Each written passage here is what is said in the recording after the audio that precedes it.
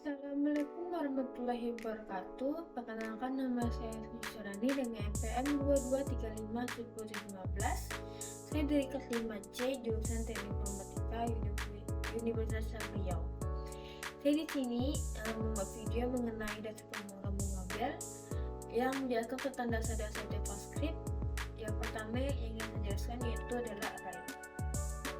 Array adalah struktur data yang digunakan dalam pemrograman untuk menyimpan kumpulan array dan satu entitas. Nah, yang pertama itu cara membuat array. Di sini ada kriteria array, yaitu cara paling membuat array adalah menggunakan tanda kurung, siku, lalu menggunakan konstruktor array yang sering digunakan untuk membuat array dengan ukuran tertentu atau nilai awal tertentu. Lalu fungsi yang dimana sini ada array from dan array of. Keduanya merupakan fungsi helper untuk membuat array dari objek iterable atau elemen tunggal. Nah, array from mengubah objek seperti string atau not list menjadi array, sedangkan array of membuat array dari argumen yang diberikan. Lalu cara mengasih nilai dalam array. Dalam JavaScript, setiap elemen dalam array biasa menggunakan index yang dimulai dari 0. Untuk mendapatkan elemen dari array, kita menggunakan notasi siku diikuti dengan indeks elemen yang ingin diakses. Lalu cara memodifikasi nilai dalam array. Elemen-elemen dalam array dapat juga menggunakan operator penugasan di mana kita bisa mengubah nilai pada indeks tertentu.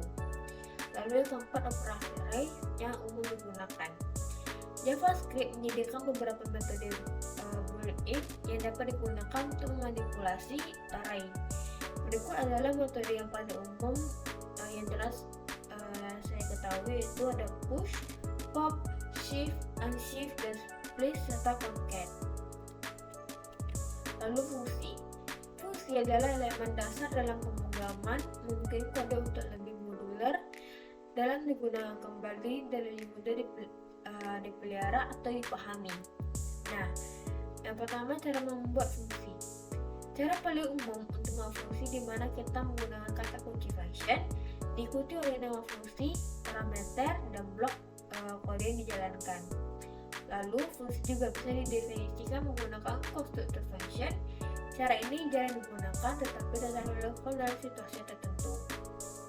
Nah, fungsi array adalah cara baru yang diperkenalkan di EXIC untuk mendefinisikan fungsi dengan sintaks yang lebih ringkas dan menawarkan perilaku berbeda dalam hal bidang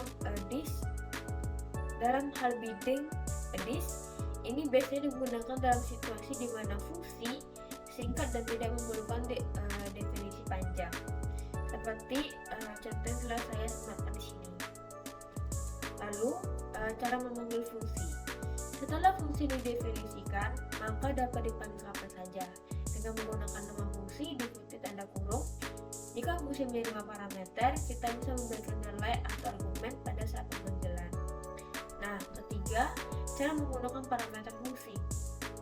Variabel yang didefinisikan dalam tanda kurung sama deklarasikan fungsi yang dimana dapat memberikan nilai ke parameter tersebut yang disebut dengan argumen. Lalu hosting, konsep di dalam JavaScript di mana deklarasi variabel dan fungsi secara otomatis diangkat ke bagian atas lingkup sebelum eksekusi kode dimulai. Hal ini berarti dapat memanggil fungsi sebelum fungsinya dideklarasi dalam kode, seperti contoh di bawah ini. Lalu looping. Dalam looping juga terbagi menjadi beberapa bagian atau beberapa lagi, yaitu ada looping for yang dimana digunakan ketika mengetahui berapa kali sebuah blok kode harus dieksekusi. Di sini maksudnya kita tuh telah mengetahui akan berapa kali kita akan meloopingkan suatu kondisi. Seperti contoh yang ini, kita kan tuh tahu nih kalau misalnya kita akan mengeksekusi berapa kali. Lalu looping while digunakan ketika kita tidak mengetahui secara pasti berapa kali iterasi akan dilakukan dan hanya ingin menunjukkan iterasi selama satu kondisi tetap benar. Lalu looping while mirip dengan looping while, tetapi perbedaannya adalah bahwa kode dalam loop Google akan dieksekusi setidaknya 1 kali terlepas dari apakah kondisi benar atau salah. Ini terjadi karena kondisi diperiksa setelah blok dieksekusi. Lalu di sini pembahasan selanjutnya itu adalah asynchronous. Dalam mode asynchronous, tugas dapat dilakukan bersamaan tanpa menunggu penyelesaian tugas lain. JavaScript menggunakan mekanisme ini untuk meningkatkan performa aplikasi, terutama saat menangani operasi yang membutuhkan waktu lama seperti permintaan jaringan atau operasi input/output. Nah, di sini ada contoh. Nah, pada contoh di samping, fungsi setting timeout tidak membagi eksekusi %n akan dicetak terlebih dahulu, diikuti oleh delay message setelah 2 detik. Lalu, promise dalam pemrograman asynchronous adalah salah satu cara paling umum untuk menangani operasi asynchronous. Promise adalah objek yang mempresentasikan status dari operasi asynchronous yang mungkin belum selesai saat ini tetapi akan selesai di masa mendatang. Promise memiliki 3 status, yaitu pending, fulfilled, reject, yang dimana pending merupakan promise yang belum diselesaikan atau belum mengalami keberhasilan maupun kegagalan, sedangkan fulfilled promise telah berhasil diselesaikan dan menghasilkan nilai yang diharapkan. Dan reject adalah promise gagal diselesaikan dan menghasilkan error atau nilai yang tidak diinginkan.